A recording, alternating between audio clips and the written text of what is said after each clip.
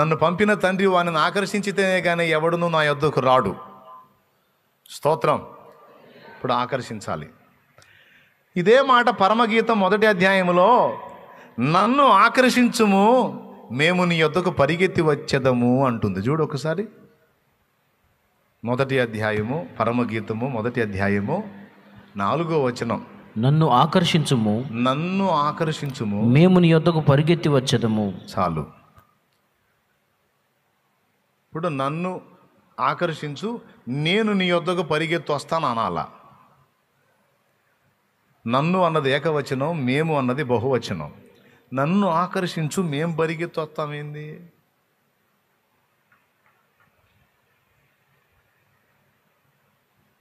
సరే, దీన్ని మీకు ఈజీగానే సింపుల్గా అదే యోహాను సువార్త 4వ అధ్యాయంలో యాకోబు బావి దగ్గర ఒక ఆమెను ఆకర్షించాడు. ఎవరు ఆమె? సుబ్బాయమ్మ. సమరయ స్త్రీయా? సుబ్బాయమ్మే అనుకున్నానులే నేను. సమరయ స్త్రీగా? స్తోత్రం. సమరయ స్త్రీని ఒక్కదాన్ని ఆకర్షించాడు. ఆమె ఏం చేసింది? ఊరిని ఆకర్షించింది. నేను చేసినవన్నీ నాతో తెలిపిన వాడు ఇతడు ప్రవక్తగాడా, ఇతడు మెస్సియాగాడా, ఇతడు క్రీస్తుగాడా అని ఊరు మొత్తం చాటింపేసరికి ఊరు వెళ్ళొచ్చింది. నన్ను ఆకర్షించుము అయ్యా, ఒక్కొక్కరినిగా నన్ను దర్శించు, నేను ఇక ఒంటిగా ఉండను, అనేక మందిని ప్రభావితం చేస్తాను దేవా. ఇప్పుడు ఆకర్షించాలంటే తండ్రి ఏం చేస్తాడు? ఒక వ్యక్తి ఆకర్షింపబడాలంటే ఏం చేస్తాడు? మనల్ని ఇనువుగా చేసి ఆయన అయస్కాంతంగా మారి జుప్ అని లాగేస్తాడా? ఆకర్షించడానికి కొన్ని పనులు చేస్తాడు. ఆ ఆకర్షించడానికి చేసే పనుల్లో మొట్టమొదటిది ఆయన వాక్కును పంపుతాడు. కొంతమందిని దేవుని మాటలు ఆకర్షిస్తాయి, కొంతమందిని దేవుని పాటలు ఆకర్షిస్తాయి, కొంతమందిని దేవుని కార్యాలు ఆకర్షిస్తాయి, కొంతమందిని దేవుని వ్యక్తిత్వ సౌందర్యం ఆకర్షించిద్ది. మొత్తానికి ఎవరు దేనికి కదులుతారో అది తన బిడ్డలకు అందేటట్టు చేసి తత్ఫలితంగా వాళ్ళని ప్రభువునొద్దకు ఆకర్షిస్తాడు. అలా మొత్తానికి ఇక్కడ కూర్చున్న మీ అందరూ కావచ్చు, ఈ లైవ్లో ఉన్నవాళ్ళు కావచ్చు, తర్వాత వినబోయే వాళ్ళు కావచ్చు, మొత్తానికి ఎవరిని ఎట్లా పట్టాడో మొత్తానికి ఆకర్షించాడండి. అలా ఆకర్షించకుండా, ఆ ఆకర్షణ లేకుండా ఆయన అసలు ఎట్లా ప్రేమిస్తావు? ఆయన దగ్గరికి ఎలా వస్తావు? వచ్చినా ఆయనతో స్థిరంగా ఎలా నువ్వు నడవగలుగుతావు? అవునా? సో నన్ను పంపిన తండ్రి వారిని ఆకర్షించితేనే కానీ ఎవడు నా యొద్దకు.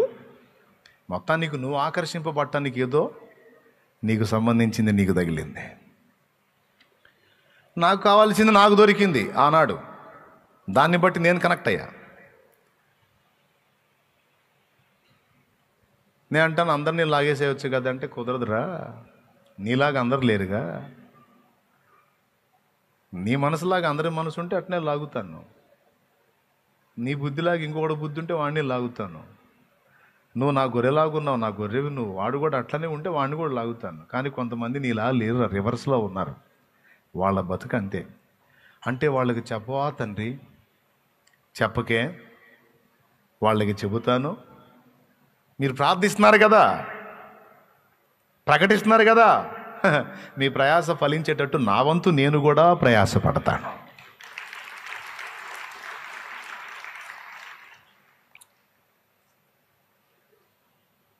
ఇలాగ దేవుడు తన యొద్దకు ఆకర్షించుకోవడానికి అన్నిటినీ వాడి వీటితో పాటు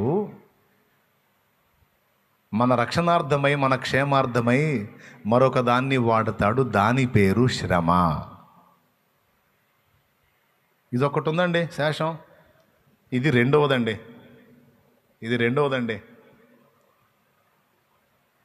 శ్రమ. ముందు చెప్పాను, కొంతమందిని తన వాక్కు చేత ఆకర్షిస్తాడు, కొంతమందిని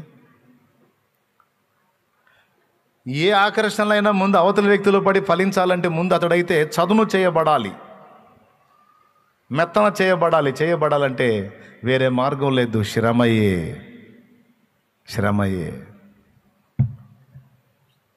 ఏదో ఒక రూపేణ ఒకని మనసు నలిగితేనే లైన్లోకి వచ్చేది. కాబట్టి ఆ విషయంలో కూడా దేవుడు జోక్యం చేసుకుంటాడట. ఇది ఇప్పుడు ఇక్కడ ఈ పాయింట్లో రెండవది స్టార్ట్ అయింది అన్నమాట.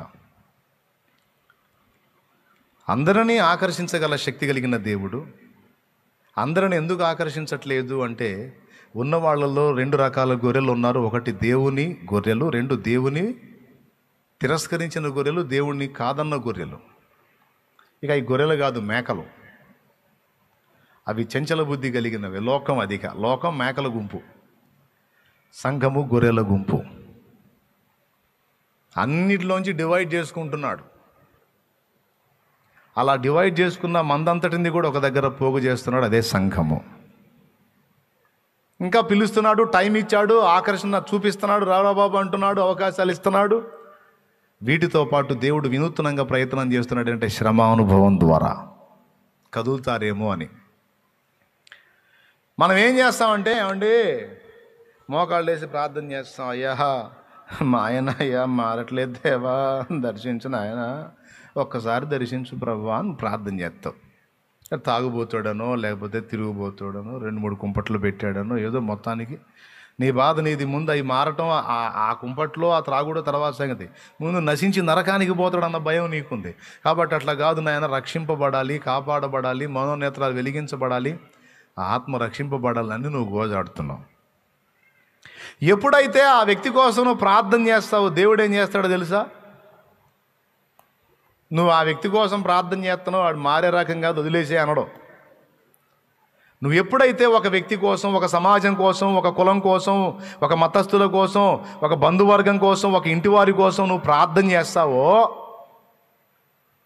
వాళ్ళు దేవుని గురించి ఆలోచించే పరిస్థితులు వాళ్ళకి కల్పించడానికి దేవుడికి కదలటం మొదలు పెడతాడు వారి దగ్గర. అర్థమైందా? ఇలా అనడు, అనడు. అది సినిమాలో జరిగిద్ది. అనగానే వాడు వచ్చి కూర్చుంటాడు లైన్లో. అట్లా చేస్తే అన్ని రోబోలు, అట్లా చేయడు. ఆ వ్యక్తి ఏ విధంగా దేవుని గురించి ఆలోచించే పొజిషన్ ఉంటుందో ఆ పరిస్థితులు వానికి వచ్చేటట్టు చేస్తాడు. మన ప్రార్థనా ఫలం. ఇలా దేవుడు కదలాలంటే కూడా ప్రార్థన చేయాలి మనం. మన ప్రార్థనను ఆధారంగా చూపించి, అదిగో ఫలానా సమాజం మారాలి, అదిగో నా బిడ్డలు ప్రార్థన చేస్తున్నారు కాబట్టి నేను ఆ సమాజాన్ని దర్శిస్తున్నా. ఫలానా కుటుంబంలో ఫలానా వాడు మారాలి, అదిగో భార్య ప్రార్థన చేస్తుంది, ఫలితంగా నేను వాడిని టార్గెట్ చేశా. ఇట్లా ఇక్కడ కాల్ చూపించి అక్కడ వర్క్ చేస్తాడు ఆయన. దేవుడికి అంత అవసరం ఏంటంటే, ప్రిన్సిపల్స్ని ఏర్పరిచిన దేవుడే వాటికి కట్టుబడి పనిచేస్తాడు. ఇది దేవుని పద్ధతి. తాను దేవుడైనంత మాత్రం ఎట్లా పడితే అట్లా ప్రవర్తించడు. తన స్వభావానికి విరోధంగా ఏదీ చెయ్యడు. ఇప్పుడు వినండి, దేవా కఠినుడుగా ఉన్నాడు నాయన, మూర్ఖుడుగా ఉన్నాడయ్యా, మారట్లేదయ్యా, నువ్వు ప్రార్థన చేస్తాను. లేదా భార్య, నా భార్య నాయన పేరుకి ఆడ మనిషే కానీ పెత్తనమంతా నా మీద ఆమె చేస్తుంది, తండ్రి నీకు స్తోత్రం నాయన, నన్ను అసలు ఏం నోరు తెరవనీయట్లేదు, ఆఖరి నేను చర్చికి పోతే విడాకులు ఇస్తానంటుంది నాయన, నన్నే చెడగొట్టేటట్టుంది, ఈ మూర్ఖురాలిని మార్చయ్యా అని నువ్వు ఓ భర్తగా ప్రార్థన చేస్తావు. కొంతమంది అట్టు ఉంటారులే కొన్ని ఇళ్లల్లో. మిమ్మల్ని అంటలేదు నేను, మళ్ళీ మీరు నాకెళ్ళి అట్లా చూడవాకండి. కొన్ని కుటుంబాల్లో ఉంటుంది అట్లాంటి పరిస్థితి. వాళ్ళ సంగతి చెబుతున్నాను నేను. ఇప్పుడు భర్త చేస్తాడు ఆమెను మార్చయ్యా అని, భార్య కూడా చేసేది. కొంతమంది మూర్ఖులైన భర్తల గురించి భార్యలు కూడా ప్రార్థన చేస్తారు మార్చని. ఇప్పుడు దేవుడు ఏం చేస్తాడంటే, వాళ్ళ రక్షణార్థమై నీ ప్రార్థనా ఫలంగా వాళ్ళ క్షేమాన్ని కోరి వాళ్ళ రక్షణార్థమయ్యే శ్రమల్లోకి అనుమతిస్తాడు. ఇది మనం గ్రహించాలి. అన్యాయముగా అనవసరముగా దేవుడు నరులకు బాధనైనను విచారమునైనను కలుగజేయడని విలాప వాక్యముల్లో ఉంది. టైంపాస్ కోసం ఒకడు ఏడితే నవ్వుదామని ఒకడిని అగచాట్లో నెట్టడం దేవుడి తత్వం కాదు. దేవుడేం సైకో కాదు. ఆయన మంచి హృదయము కలిగిన కన్న తండ్రి, మమతామూర్తి, కరుణా సంపన్నుడు, సుగుణాల మూట దేవుడు. అలాంటోడు ఎందుకు ఇట్లా అనుమతిస్తున్నాడు? ఎందుకు కొంతమందిని శ్రమల్లో నెడుతున్నాడు అంటే, ప్రేమను బట్టే, రక్షణ కోసమే, మేలు కోసమే.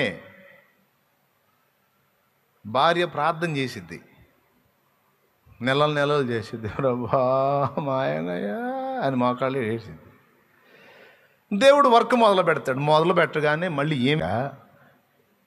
దేవుడు అవతల వాటికి పని మొదలు పెడతాడు. ట్రీట్మెంట్ స్టార్ట్ చేయగానే, ప్రభా ఏం చేస్తున్నావు తండ్రి, అసలు నా జీవితాన్ని నాశనం చేయాలనుకుంటున్నావా, నా భర్తకు అలాంటి పరిస్థితి వచ్చింది ఏంటి తండ్రి, ఏం మళ్ళీ ప్రార్థన రివర్స్లో మొదలుపెట్టి.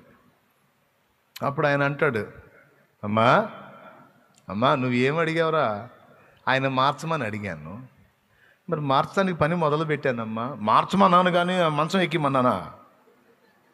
కాదయ్యా సాగుకోవటం, కాళ్ళు ఇరగదీసి బెడ్ మీద ఎక్కించమన్నానా నేను?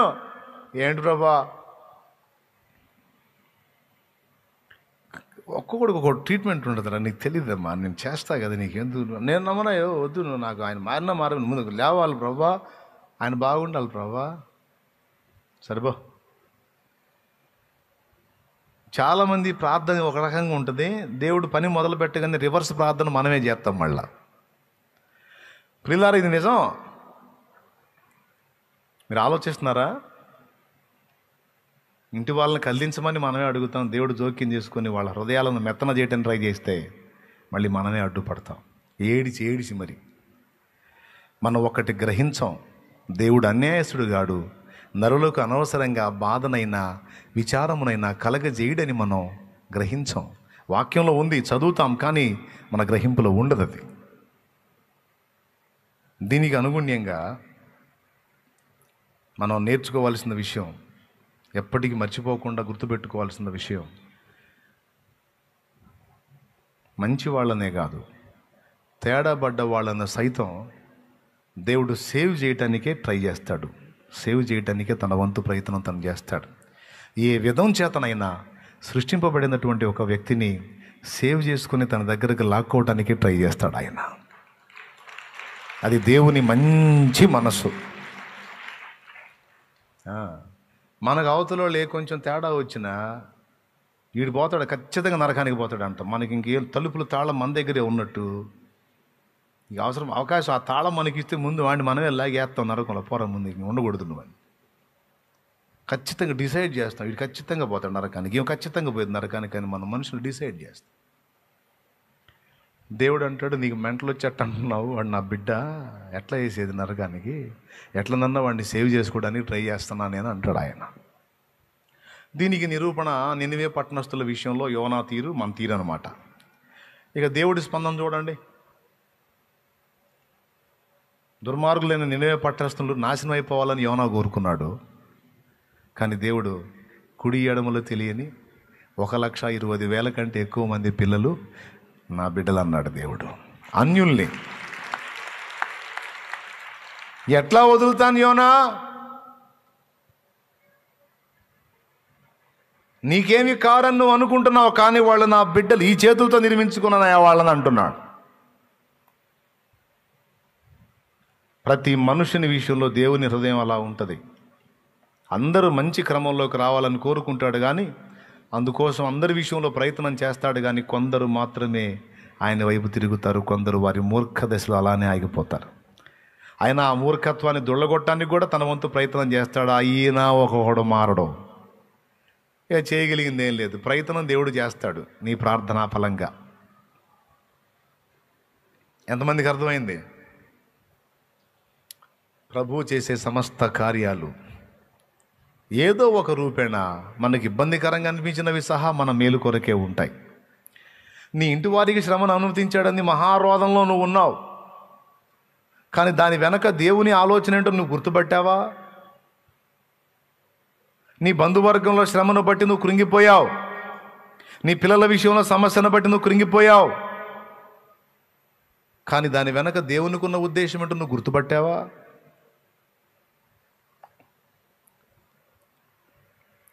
దేవుడు అన్యాయస్తుడు కాడు, సమస్త చర్యలు న్యాయంగానే ఉంటాయి, మన మేలుకే ఉంటాయి, కానీ మనకు అర్థం కావు. ఒక ఊరిలో ఒక వ్యక్తి తోలే గుర్రం పోయింది. పోతే పొరుగువాడు అతని దగ్గరికి వచ్చి, అయ్యో నీ గుర్రం పోయిందా, దీని విషయంలో నాకు చాలా విచారంగా ఉంది అన్నాడట. అంటే బాధగా ఉంది, నీ గుర్రం పోయింది కదా అని. వెంటనే ఇతను అన్నాడు, గుర్రం పోగొట్టుకున్నాడు, దాందేముంది, నేనే విచారపడట్లా, దీని వెనక ఏదో నా మేలే ఉంది అన్నాడంట. గుర్రం గల్లోడేమో గుర్రం పోయినందుకు నేనే బయటోడు విచారించాడు, పక్కడు, నీ గుర్రం పోయింది, అయ్యో నాకు బాధగా ఉందంటే, గుర్రం కలిగిన వాడు ఏమన్నాడంటే, పోయింది ఏదో పోనీ, అదేదో నా మంచికే జరిగిద్ది అన్నాడంట. బాగుంది, కరెక్ట్ పాయింట్ వాడాడు. కొన్ని రోజుల తర్వాత ఆ గుర్రం మరో గుర్రాన్ని వెంటేసుకుని 2 గుర్రాలు కలిసి ఆయన దగ్గరికి వచ్చినాయి అంట. ఓ దేవునికి స్తోత్రం.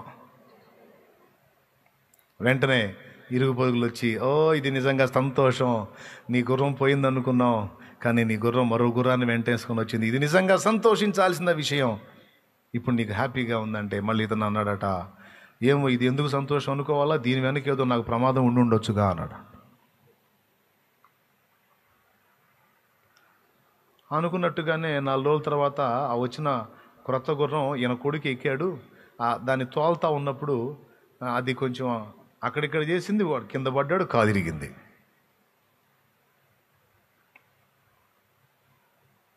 అప్పుడు మళ్ళా వచ్చి, నిజంగా నువ్వు ఉన్నట్టే జరిగింది, నిజంగా ఇది చాలా విచారం, ఇరుగు పొరుగులు, ఇది చాలా విచారం, నీ కొడుకు కాలు ఇరిగిపోయింది కదా అన్నారంట. మళ్ళీ వీడు అన్నాడంట, ఇది నేను విచారించాల్సిన విషయం కాదు, దీని వెనక ఏదో నా మంచి ఉంది అన్నాడంట. వీడే మెంటలోడరా నాయన, మేము అలా అంటే ఎలా అంటున్నాడు, ఇలా అంటే అలా అంటున్నాడు వీడు.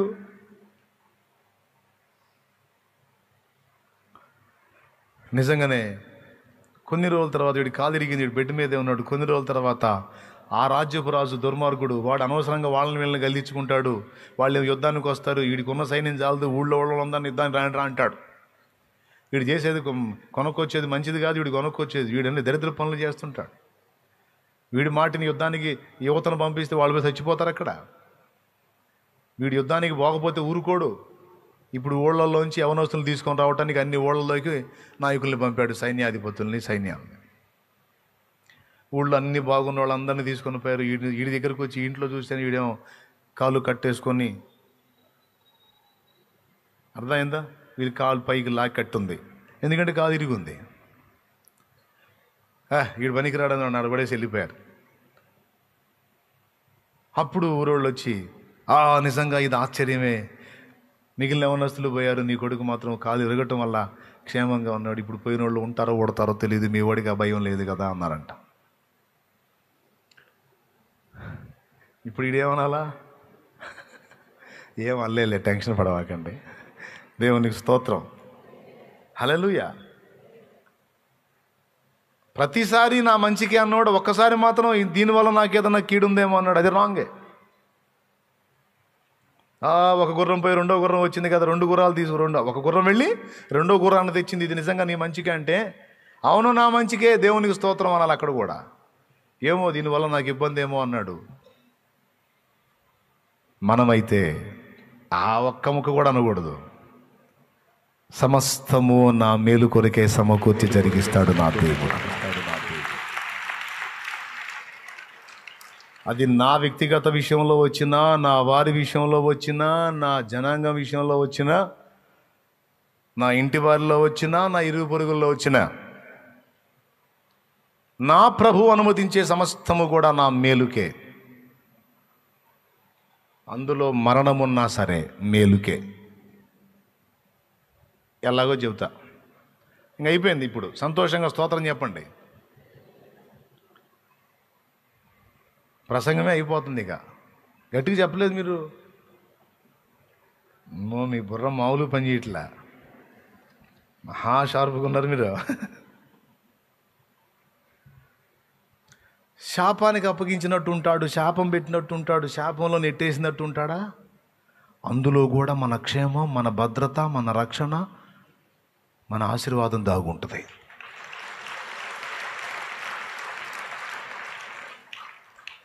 కాకపోతే సూక్ష్మాన్ని మనం అర్థం చేసుకోలేక జుట్టు పీక్కుంటుంటాం, కానీ నిద్ర మాత్రలు మింగుతుంటాం, కానీ నిద్ర పట్టగా సూక్ష్మాన్ని అర్థం చేసుకుంటే అస్సలు ఇక ప్రతి నిత్యము ప్రతి ఘట్టంలో విశ్రాంతి ఉంటుంది. సింపుల్గా చెప్తా, నీవు మన్ను నుండి తీయబడితివి గనుక తిరిగి మన్నైపోతావు అన్నాడు. అంటే ఏమర్థం? మంటిలో నుండి నిన్ను నిర్మించా. ఆదికాండము 3వ అధ్యాయము ఒక్కసారి చూడు, 19వ వచనం. నీవు నేలకు తిరిగి చేరు వరకు నీ ముఖపు చెమట కాచి ఆహారం తిందువు.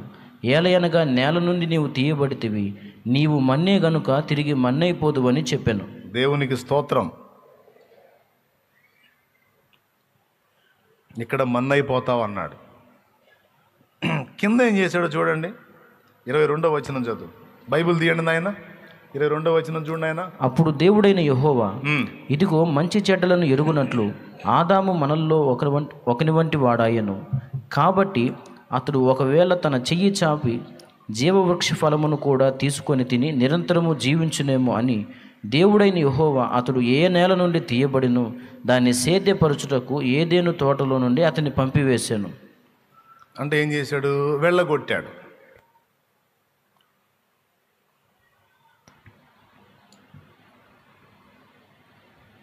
ఆ తర్వాత ఉంటుందమ్మా ఆ మొక్క. అప్పుడు ఆయన ఆదామును వెళ్ళగొట్టి అదమ్మా ఏదైనా తోటకు తూర్పు దిక్కున కెరూబులను జీవవృక్షమును మళ్ళీ రాకుండా, ఒకటి ముఖపు చెమట కార్చి ఆహారము తిందువు అన్నాడు. 2 చూడండి, నంబర్ 1 శాపంలో ఏముంది? ముఖపు చెమట కార్చి ఆహారాన్ని తిందువు. అంటే అంతకుముందు ఆ పరిస్థితి లేదు. ఇక నుంచి నువ్వు పాపం ప్రవేశింపకముందు ముఖపు చెమట కార్చాల్సిన అవసరంలా, పాపం ప్రవేశించిన తర్వాత ముఖపు చెమట కార్చి ఆహారం తినాల్సి వచ్చింది. ఇది రూల్.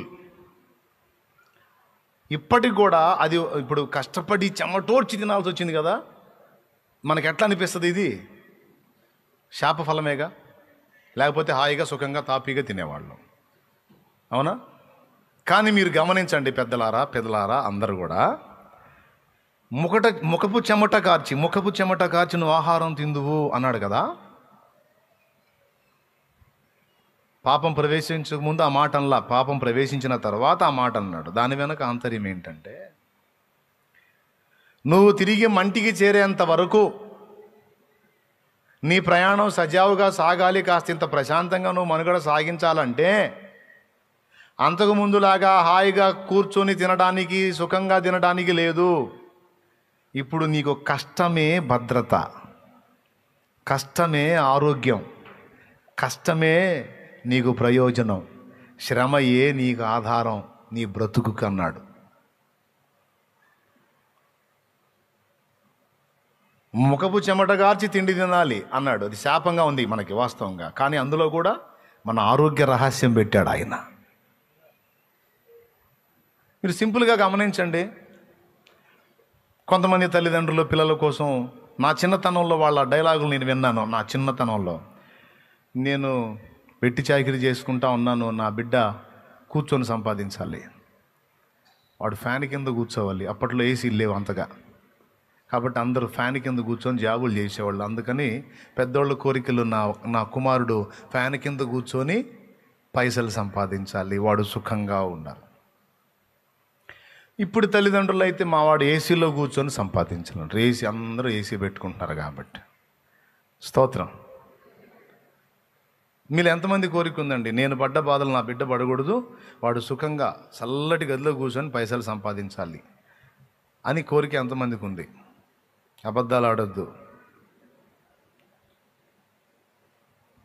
కొంతమంది చేతులు ఎత్తట్లేదు. అదిగో మీరు నన్ను మాయ చేయొచ్చు, దేవుడిని చేయలేదు నా చెప్పండి, కోరుకుంటున్నాను లేదు, యథార్థం చెప్పు. నేను ఎన్నో కష్టాలు పడ్డాను, రైట్. కానీ ఇక్కడ శాపంలోనేమో ముఖపు చెమట గార్చి తిండి తినాలి నువ్వు అన్నాడు. నువ్వేమో అసలు మా వాడికి చెమటే పట్టుద్దు, చల్లగా ఏసీలో కూర్చోవాలి అంటున్నావు. చల్లగా ఏసీలో కూర్చుంటే 30 సంవత్సరాల దగ్గర జాబ్ సంపాదించి 2-3 ఏళ్ళు చేసేసరికి పేషెంట్గా మారుతున్నాడు. ఆసుపత్రికి పోతే డాక్టర్ ఏం చెబుతున్నాడు తెలుసా? మార్నింగ్ వాక్ చేస్తావా నువ్వు అంటున్నాడు. లేదు సార్ చేయను సార్ అంటాడు. పోయా చేయిపో, మార్నింగ్ వాక్ చేయి అంటే పొలంలో పంట పండించే రైతుకి చెప్పే అవసరంలా మొగపు చెమట కార్చి తింటాడు, ఆహారం మనం వండుకొని తినడానికి రెడీ చేస్తాడు. అది తినేవాడు సైతం ఏదో ఒక రూపేణ ముఖపు చెమట కారిస్తేనే వాడికి ఆరోగ్యం, లేకపోతే రోగమే. అర్థమైతే నువ్వు చెప్పు స్తోత్రం, గట్టిగా చెప్పు. అది ఏదో ఒక రూపేణ. దీనికోసం కొంతమంది పొద్దున్నే జిమ్కి వెళ్తారు,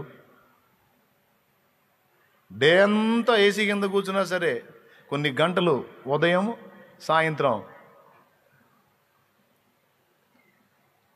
స్త్రీలైనా సరే కొద్దిగా వాళ్ళు కాసేపు కొంతకాలం సుఖపడ్డారంటే ఊపకాయం స్టార్ట్ అవుతుంది బాడీ. వెంటనే డాక్టర్ దగ్గరికి పోతారు, చిన్న చిన్న రోగాలు స్టార్ట్ అవుతాయి. అడుగుతారు ఏంటంటే వాకింగ్ చేయి, చిన్న చిన్న వ్యాయామాలు చేయని వాళ్ళు చెబుతారు, అట్లా చేయి ఇట్లా చేయని. అందులో మన బాడీ నుండి చెమట వచ్చేటువంటి పని ఒకటి ఉంటుంది, ఏదో ఒకటి. ఇంకా కొంతమంది తెలివైన డాక్టర్లు అయితే పని మనిషిని తీసే అంటారు. స్తోత్రం. డాక్టర్ గారు ఏంటి, నీ మంచి కోసమేనమ్మా, బండలు నువ్వేతుడు, అంత నువ్వు అదనంగా అంత తింటున్నావు, అంత స్టాక్ చేస్తున్నావు, అంత బాడీ పెరిగిపోతుంది పర్వతంలాగా. కాస్త దాన్ని కొంచెం కొవ్వుని కాస్త మజిల్లాగా కండలాగా మార్చాలమ్మా. అమ్మా కాస్త నువ్వు కష్టపడమ్మా, అంట్లు నువ్వేదో బట్టలు మిషన్లో తీసేసి ఉతుకు. నా చిన్నతనాలు లేడీస్ ఎట్లుండేవాళ్ళు అనుకున్నా, నిజంగా పంపుల దగ్గర ఫైటింగ్ జరిగితే